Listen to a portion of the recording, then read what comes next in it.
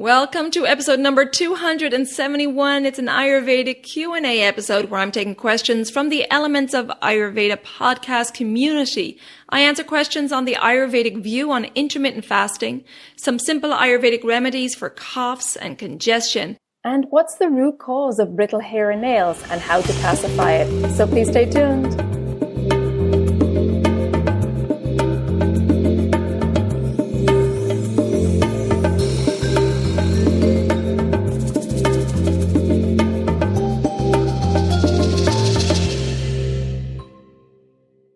Hi there, I'm your host Colette, and on this podcast I will be sharing the teachings of Ayurveda, yoga, and holistic health practices. Now, if you're new to Ayurveda, I recommend checking out the first couple of episodes where I do an introduction to Ayurveda and the mind-body types. Thanks for listening, and now here's a new episode. Hello and welcome back to the Elements of Ayurveda Podcast. It's me, Colette, today for a solo Q&A episode, and I have 3 great questions.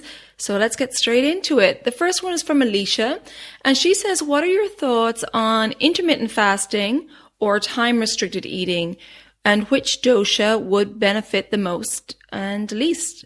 Hi, Alicia. Thanks so much for your question. And I have covered this before. However, given that it's January, and this is usually the time of year that we start to think about eating healthy, I think it's a great time to cover it again. So firstly, Ayurveda recommends intermittent fasting or time-restricted eating in that the Ayurvedic guidelines are to stop eating by 7 p.m. so that you have at least 3 hours to digest your food before going to bed at 10 p.m. Then in the morning, Ayurveda recommends that you eat when you feel hungry. Therefore, if you're not hungry, you don't eat. Now, it's important to remember that caffeine can suppress your appetite, so check in with your hunger levels before taking caffeine.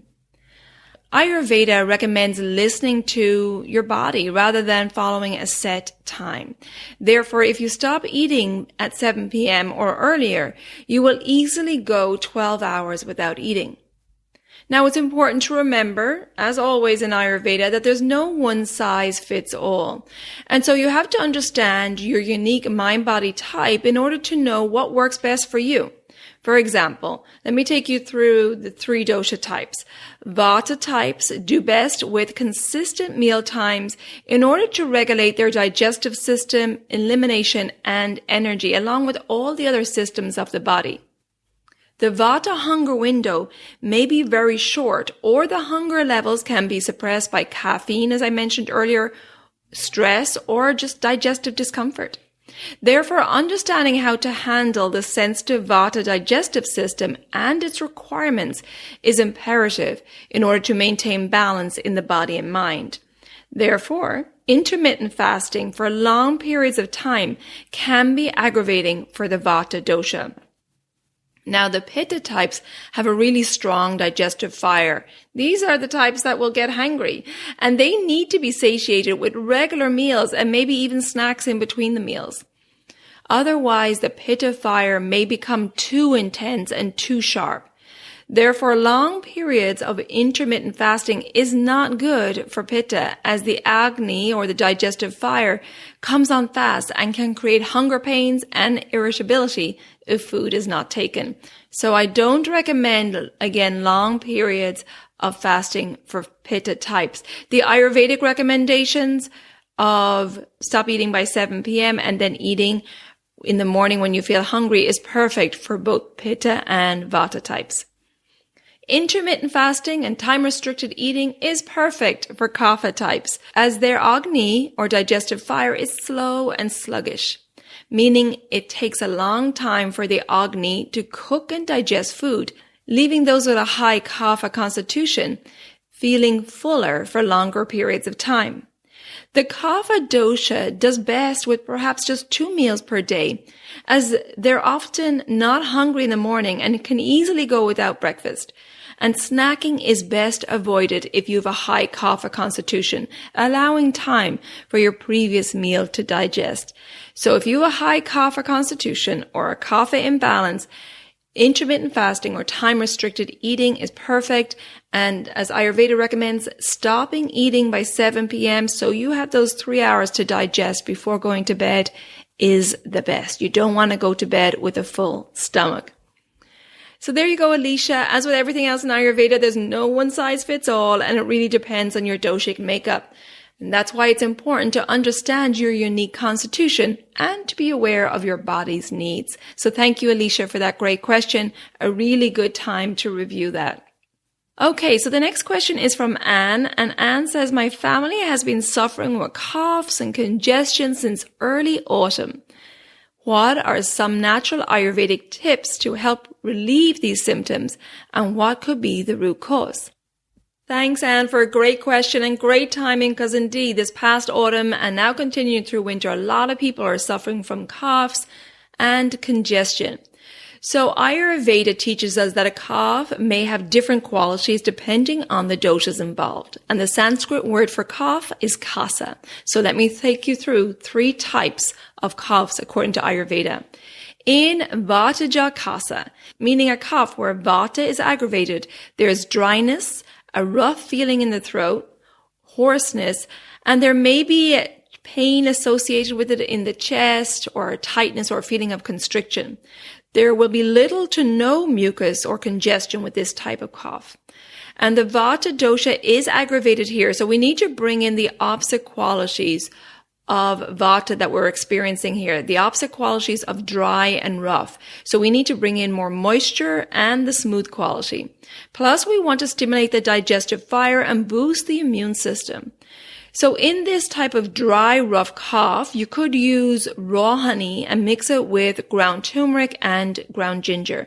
So for example, 1 teaspoon of raw honey with half a teaspoon of ground turmeric and half a teaspoon of ground ginger and a little pinch of black pepper in hot water with 1 teaspoon of ghee would be perfect for this type of cough.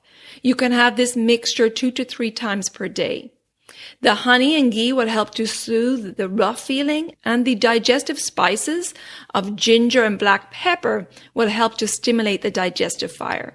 Another drink that would be really helpful here, particularly in the evening, about an hour after dinner, would be a golden turmeric milk. Having that with ghee and a pinch of nutmeg is perfect to soothe this dry cough, and the nutmeg is a natural sedative which will help you sleep.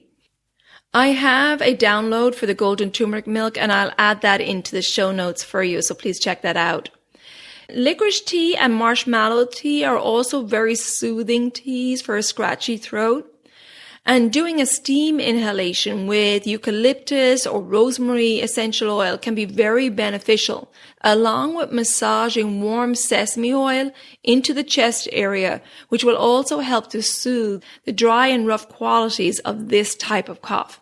Of course, you want to bring in Vata pacifying food and lifestyle. You want to avoid any cold or raw foods or drinks, and it's best to focus on warm, easy digestible foods with digestive spices like black pepper, ginger, cumin, cinnamon, and lots of good fats to soothe your throat and to ground Vata like ghee and olive oil. Soups and stews will be best on focusing on the sweet, sour, and salty tastes, which those 3 tastes are very pacifying for the Vata dosha. And in regards to lifestyle, it's really managing stress and calming that Vata dosha with grounding practices like mindfulness practices, meditation, the Nadi Shodhana or alternate nostril breathing, and some calming yoga. So really grounding that Vata energy. So that's the advice for a Vataja Kasa or a Vata aggravated cough.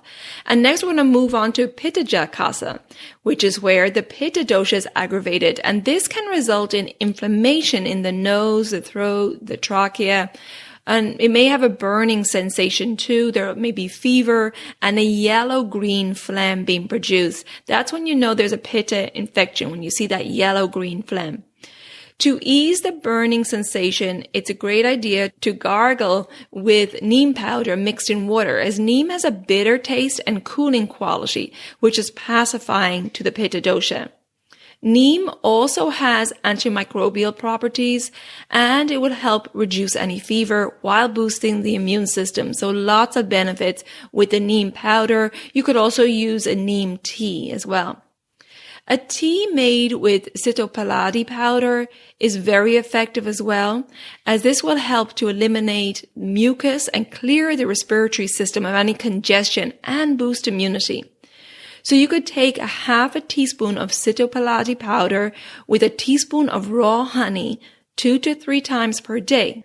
And this will be really helpful in clearing that yellow-green phlegm if it is present with this pitta type of cough.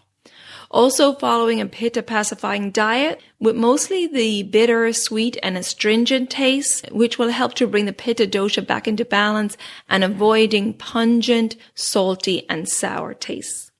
So that's that pitta aggravated cough.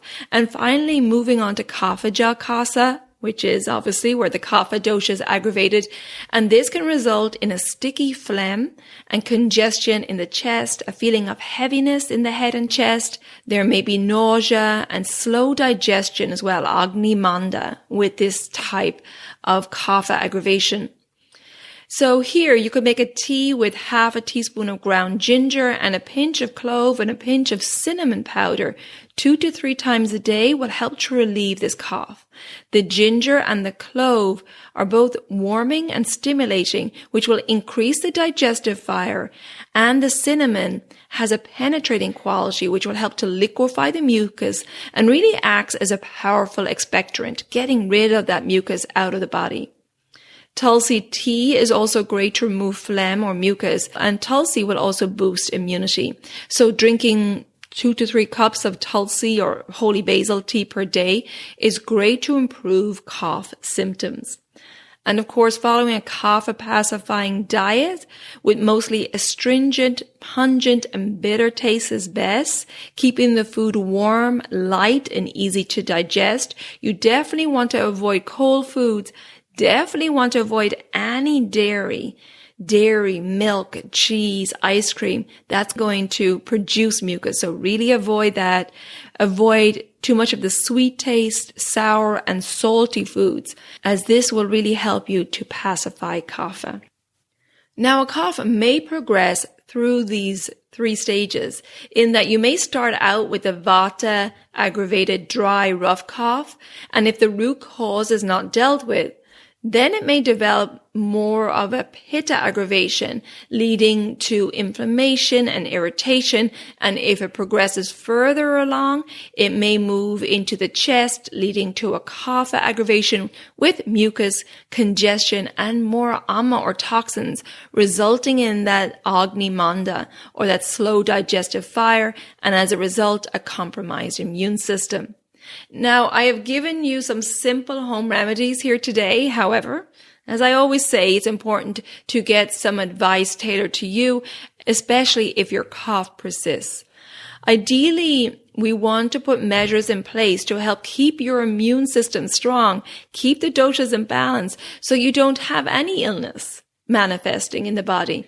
And one of the best ways to do this is with regular cleansing to eliminate any accumulation of amma or toxins in the body and to bring the doshas back into balance, especially at the end of a season, or as we are now at the end of the holiday season, where we all, I'm sure, went out of routine for a while, either traveling or not being in our own kitchen.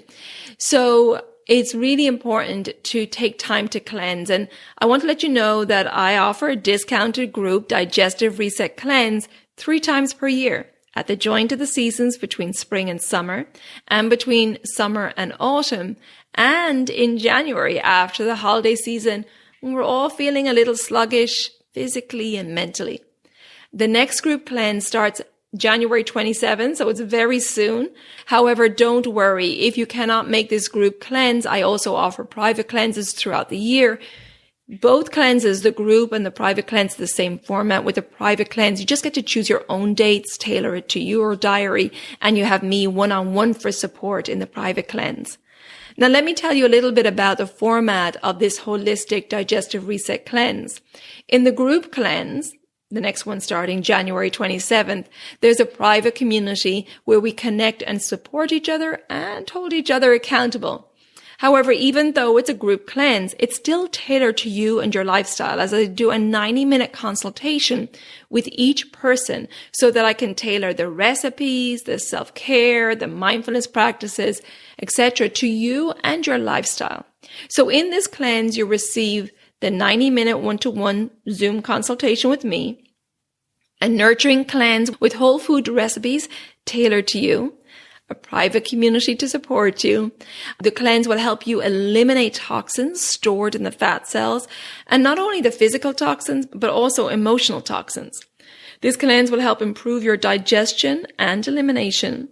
It will help you maintain a healthy body weight for your constitution. There's yoga, meditation, and pranayama videos for your dosha, and also a chakra mantra meditation. You'll also receive a morning and evening routine of daily self-care practices and mindfulness practices that are tailored to you and to your lifestyle. So making sure that they flow and fit into your day. And we talk about that in detail in your consultation. And with this, you'll get a mental clarity and improved awareness, a calm nervous system, improved sleep. And overall, our focus is restoring balance, clarity, and energy. So if you're interested, check out the details via the link in the show notes, or you can go directly to my website, elementshealingandwellbeing.com. Go to the events tab for the group event starting January 27th, or the programs tab for a private cleanse, and choose your own dates. I also have a specific podcast episode detailing the Digestive Reset Cleanse experience, and that's episode number 244. So if you want more details on the cleanse, you can check that out.